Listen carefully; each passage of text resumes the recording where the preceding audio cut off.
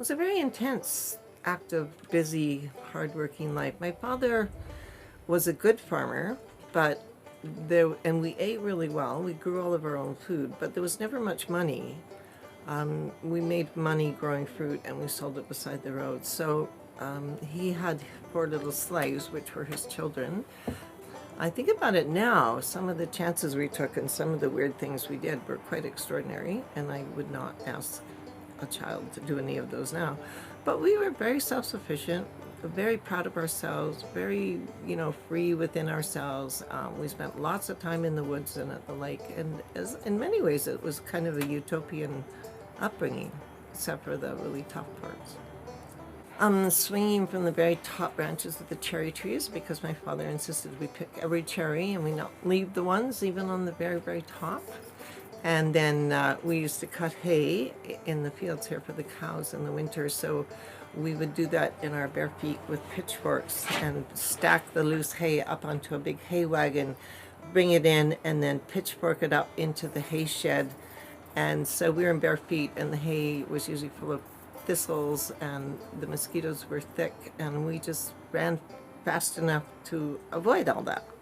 And but I remember one day I'd come in the house for a glass of water, and then my father yelled at me, so I took off and I grabbed my pitchfork and I jammed it down to help me run faster, and it went through my foot.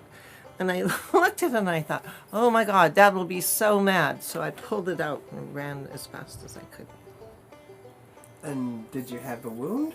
I did. I had a big hole in my foot, but it healed up. I never told anyone about it because my father thought if we got hurt, it was because we'd done something, that we misjudged or done it badly. So, and in fact, we very rarely got hurt, and we took horrendous chances all the time.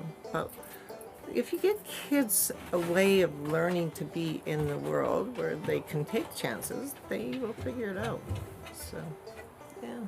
I mean, we chopped wood, we fed cattle, we ran the cows 5 miles from this farm to the Creston Flats and back every year in the spring and the fall.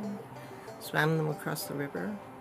One year one of the cows got stuck, and it took all of us pulling and yanking in the mud to get her out. So it's just endless adventures, but we liked that. Never bored.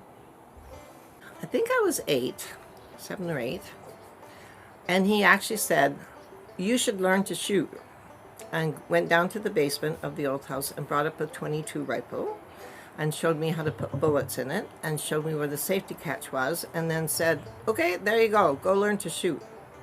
And my brother, who was 6, I was 8, my brother was 6, he gave him a rifle as well. I'm not sure it was a .22, I think so. And so we went out and set up targets on the old sheds, and at one point our neighbor came running down the hill in terror because we'd been shooting at a shed, but in fact the bullets had been singing on up to his house, so he thought we were trying to kill him.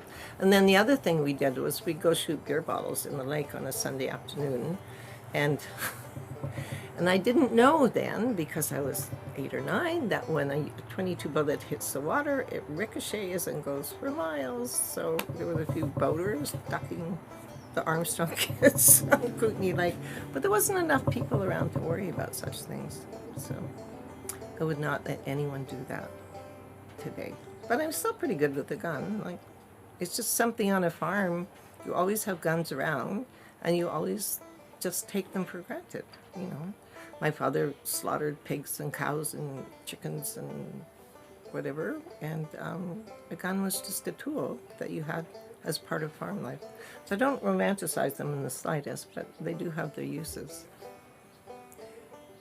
And we were still on the pioneer era, we were on the edge of it. It was leaving us.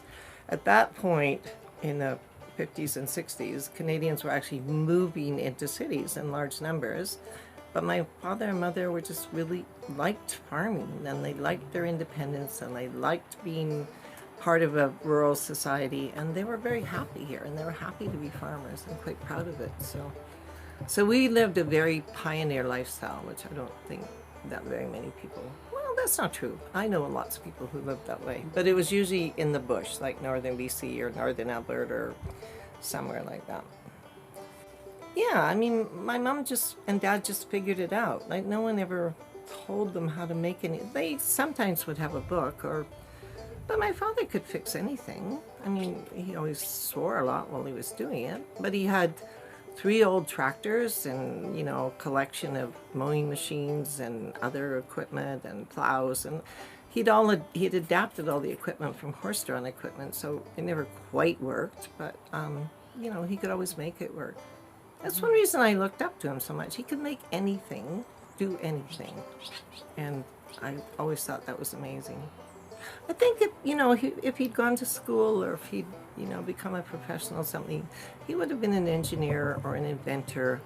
He really loved to figure out how to do things with the least amount of effort, and then he would innovate and invent ways that things could happen easily, because he was always by himself or with the kids, so he didn't have a lot of help.